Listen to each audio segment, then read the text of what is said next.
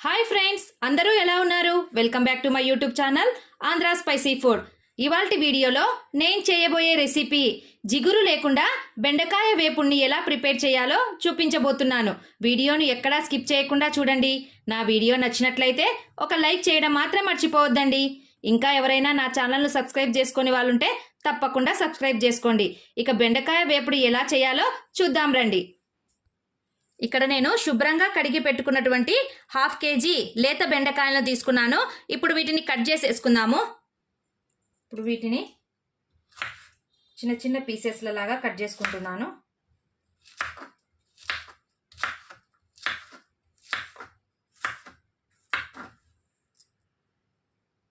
బెండకాయలన్నిటిని cut చేసుకున్నాను. ఇప్పుడు బెండకాయ జిగురు లేకుండా ఉండడం కోసం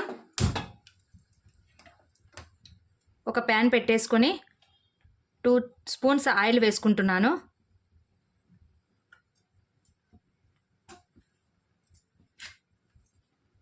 ఆయిల్ హీట్ ఎక్కిన తర్వాత కట్ చేసి పెట్టుకున్నటువంటి బెండకాయలన్నిటినీ వేసి మీడియం ఫ్లేమ్లోనే ఉంచేసుకొని బాగా ఫ్రై చేసుకోవాలి.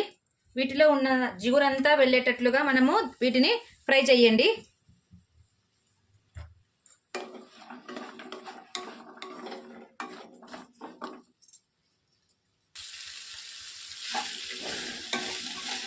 ప్యాన్కి మూత పెట్టకుండా మీడియం ఫ్లేమ్లోనే ఉంచేసి వీటిని జిగురు పోయేంత వరకు ఫ్రై చేయాలండి.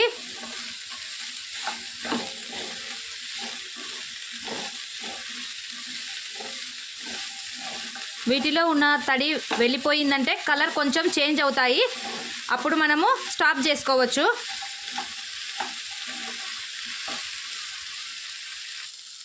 బెండకాయ కొద్దిగా కలర్ చేంజ్ అయింది. అలాగే జిగట కూడా లేకుండా తడి అంతా డ్రై అయిపోయింది చూడండి. ఇంకో 2 minutes బాగా ఫ్రై చేసేసి పక్కన తీసేసుకుందాము. ఈ విధంగా జిగట లేకుండా వీటిని ఫ్రై చేసుకోవడం వల్ల బెండకాయ కూడా ఎక్కడ చిదగకుండా వేపుడు చేసినప్పుడు అలాగే ఉంటుంది. దీనివల్ల కర్రీకి కూడా ఎక్కువ టైం తీసుకోదు, త్వరగానే అయిపోతుంది. చూడండి, అంత కంప్లీట్గా డ్రై అయిపోయింది. ఎక్కడ జిగట అనేదే కనపడడం లేదు చూడండి. చాలా పొడి పొడిగా ఉన్నాయి కదా. ఇప్పుడు వీటిని ఒక ప్లేట్లోనికి తీసుకుంటాను.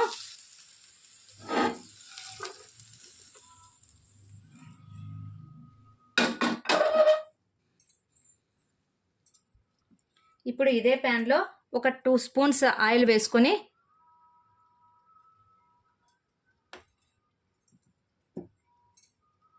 ఆయిల్ హీట్ ఎక్కాక కొన్ని పోపు గింజలను వేసుకుంటున్నాను.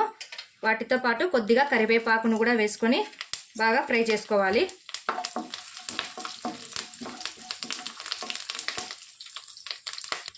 జీలకర్ర ఆవాలు కొద్దిగా వేగిన తర్వాత కట్ చేసి పెట్టుకున్నటువంటి ఒక పెద్ద సైజు ఆనియన్ వేసి మరీ ఎక్కువగా లేకుండా కొద్దిగా లైట్గా దూరగా వేయించుకోవాలి. ఆనియన్స్ కొద్దిగా కలర్ చేంజ్ అయిన తర్వాత కట్ చేసి పెట్టుకున్నటువంటి ఒక పెద్ద సైజు టమోటాని వేసి మెత్తబడే వరకు ఫ్రై చేసుకుందాము.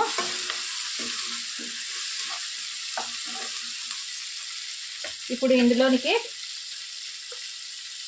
1 స్పూన్ పసుపును వేసుకుంటున్నాను. దీంతోపాటు సాల్ట్ వేసుకుంటున్నాను. మీరు సాల్ట్ చూసి వేసుకోండి.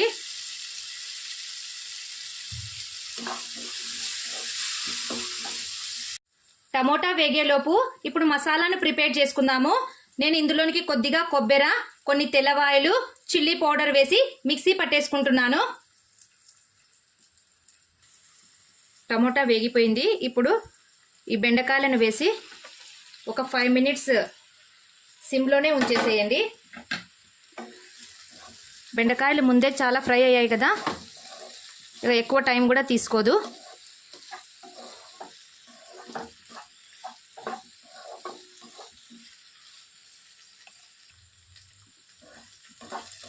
బెండకాయ చక్కగా వేగిపోయింది చూడండి.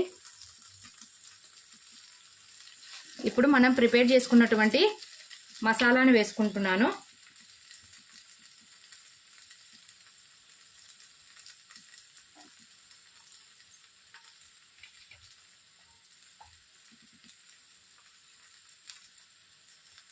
1 స్పూన్ ధనియాల పొడిని కూడా వేసుకుంటున్నాను. ఈ ధనియాల పొడిలో కొద్దిగా చెక్క లవంగం వేసి మిక్సీ పట్టుకున్నాను.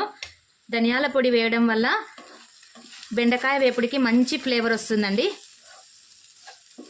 ఒక 2 మినిట్స్ సిమ్లోనే ఉంచేసి మగ్గనిద్దాము. కొద్దిగా మసాలా వేగాలి కదా. మసాలా కూడా బాగా వేగిపోయింది.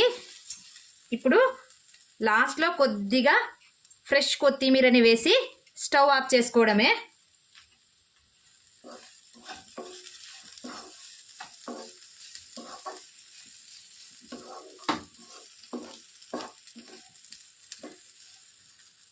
అంతేనండి, బెండకాయ వేపుడు రెడీ అయిపోయింది. చూడండి, ఎక్కడా కూడా జిగట లేకుండా, అతుక్కోకుండా, చూడండి ఎక్కడా చిదగకుండా ఉండేటటువంటి బెండకాయ వేపుడు రెడీ అయిపోయింది.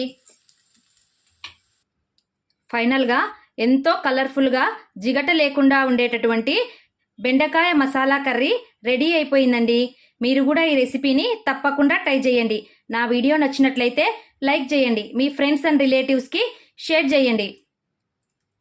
నోటిఫికేషన్స్ మీ వరకు త్వరగా రావాలి అంటే పక్కనే ఉన్న బెల్ ఐకాన్ని క్లిక్ చేయడం మాత్రం మర్చిపోవద్దండి.